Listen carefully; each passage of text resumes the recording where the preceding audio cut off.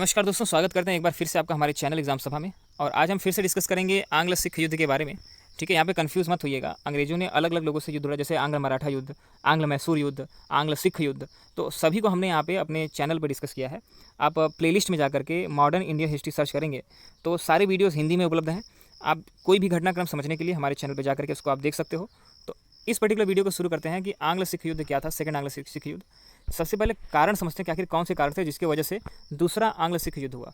क्योंकि आप जानते हो कि अगर सेकंड आंग्ल सिख युद्ध की मैं बात कर रहा हूँ तो ज़रूर फर्स्ट आंग्ल सिख युद्ध जरूर हुआ होगा।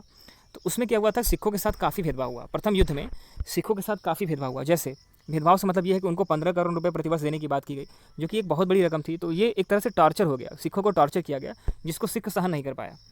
इसी साथ साथ महारानी जो जिंदल थी, जिंदल कौर जो थी, तो जिंदल कौर दलीप सिंह की माता थी और उन्होंने क्या किया था कि शासन का कार्यभार देख रही थी। तो उनके साथ अंग्रेजों ने अच्छा व्यवहार नहीं किया था। इससे भी सिख जो थे, सिख समुदाय जो था वो दुखी था। इसी के साथ साथ उन्हें लाहौर से हटा दिया गया था। महारानी जो थी उनको लाहौर से हटा दिया गया। ठीक है, अभी मैं बात करूँगा कहाँ हटाया गया, कहाँ भेजा गया, वो सारी बातें आप समझोगे। जैसे कि मुल्तान जो था उसमें एक दीवान था मूलराज। ठीक है, तो अंग्रेज़ों ने उस पर कब्जा कर रखा था। प्रथम युद्ध के बाद, प्रथम आंग्ल सिख युद्ध के बाद अंग्रेज़ों ने उस पर कब्जा कर लिया था। और मूलराज को, ठीक है, मुल्तान के दीवान मूलराज को लाहौर भेजा गया और कहा गया कि जाओ और महारानी या महाराजा से जा करके ये बात करो कि हमें और टैक्स चाहिए। मतलब टैक्स की डिमांड जो थी अंग्रेज़ों की बढ़ गई थी। तो 1818 में जो रंजीत सिंह के द्वारा जो मुल्तान जीता गया था, अब जो है वो प्रथम युद्ध के बाद अंग्रेज़ों के कब्जे में आ चुका था। और अंग्रेज़ जो है वो रेवेन्यू ज़्यादा चाहते थे, टैक्स जो था वो पेमेंट ज़्यादा चाहते थे। तो इसीलिए जो मूलराज थे वो लाहौर गए और लाहौर जाकर के सारी बात बताई। अब जिसकी वजह से आप स्वाभाविक है कि लोग भड़केंगे कि पहले से हमको परेशान कर के रखा है, अब और टैक्स बढ़ाने की बात करते हैं तो कैसे दिया जाएगा।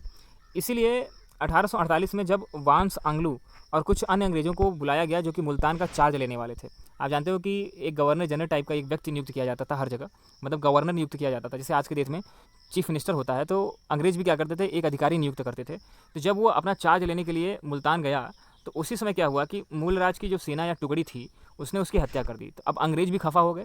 तो इसलिए ये आपका कारण रहा कि सेकंड आंग्ल सिख जो युद्ध हुआ वो आपका यहाँ सामने देखने को मिलता है। अब ये इस कारण से कई सिखों ने आर्मी ज्वाइन करना शुरू कर दिया, मतलब सिख आर्मी ज्वाइन करना शुरू कर दिया। जो प्रथम संधि थी उस संधि के अनुसार सिखों को ज़्यादा सेना नहीं बनानी थी। तो ये कुछ कारण थे जिसकी वजह से सेकंड आंग्ल सिख युद्ध की भूमिका तैयार हुई। अब समझते हैं कि घटनाक्रम क्या थी। ये युद्ध जो है काफ़ी छोटा चला था। जैसे कि रामनगर और चिड़ियनवाला में युद्ध लड़ा गया, कई क्षेत्रों में युद्ध लड़ा गया था, लेकिन कुछ फ्रंट जो हैं विशेष तौर पर जाने जाते हैं उनकी बात कर रहा हूँ। तो जो रामनगर का युद्ध था उसमें सिख हार गए थे, चिड़ियनवाला के युद्ध में अंग्रेज हार गए थे। ठीक है, और गुजरात आप वो वाला गुजरात मत समझिए कि जहाँ आज के डेट में आपका है। वो गुजरात चिनाब के नज़दीक एक क्षेत्र हुआ करता था जो कि 1849 में ब्रिटिशर्स की युद्ध में जीत हुई। मतलब गुजरात चिनाब के क्षेत्र में जो आपका आता है वो आपका ब्रिटिश ने जीत लिया। अब क्या हुआ कि क्योंकि आप जानते हो कि अफ़गान फोर्स जो है वो क्या है कि रंजीत सिंह के अच्छे दोस्त हुआ करते थे। इस वजह से मोहम्मद खान जो कि अफ़गानी राजा या सम्राट हुआ करता था, उन्होंने सिख आर्मी को ज्वाइन की, लेकिन फिर भी कहीं ना कहीं वो अंग्रेज़ों से डिफीट होते दिखाई दिए। आप समझते हैं कि परिणाम क्या निकले। जो द्वितीय आंग्ल सिख युद्ध हुआ तो उसमें जो परिणाम निकले उसमें समझेगा कि 1849 में पंजाब पर अंग्रेज़ों का लगभग अधिकार हो गया। इसी तरीके से लाहौर की संधि जो है आपका लॉर्ड डलहौजी के द्वारा करने पर सिखों को मजबूर होना पड़ा। 11 साल के जो महाराजा दलीप सिंह थे उनको पेंशन पर इंग्लैंड भेज दिया गया, क्योंकि मैंने बताया कि उनकी जो माता जी थी जिंदन कौर थी, तो उनकी देखरेख में दलीप सिंह को राजा बनाया गया था प्रथम युद्ध में। लेकिन अब क्या किया गया कि उनको राजा से हटा करके उनको पेंशन दे करके इंग्लैंड भेज दिया गया। ठीक है, और जो जिंदन कौर उनकी माँ थी तो उनको अपने पुत्र से अलग कर दिया गया, क्योंकि वो जानते थे कि अगर माँ और पुत्र को साथ रखेंगे तो फिर से ये लोग कोई षड्यंत्र रच सकते हैं। तो पुत्र को अलग अलग कर दिया गया, पुत्र को इंग्लैंड भेज दिया गया और जिंदन कौर को दिल्ली के क्षेत्र फिरोजपुर में भेज दिया गया। ठीक है, इसी तरीके से सर लॉरेंस जो था, मतलब सर जॉन लॉरेंस जो था, उसको first chief commissioner of Punjab नियुक्त किया गया प्रशासन का केयर करने के लिए। मतलब पंजाब के क्षेत्र चाहे वो लाहौर पेशावर सारे क्षेत्र हों, उन पर प्रशासन को अच्छे से समझने के लिए, प्रशासन को चलाने के लिए पंजाब के क्षेत्र में चीफ कमिश्नर के रूप में नियुक्ति दी गई। अब जो डलहौजी है को अपने काम के लिए उसको मास्कस बनाया गया। ठीक है, तो मास्कस में बनाया गया। तो डलहौजी क्योंकि उसने काफ़ी अच्छा काम किया था यहाँ पे।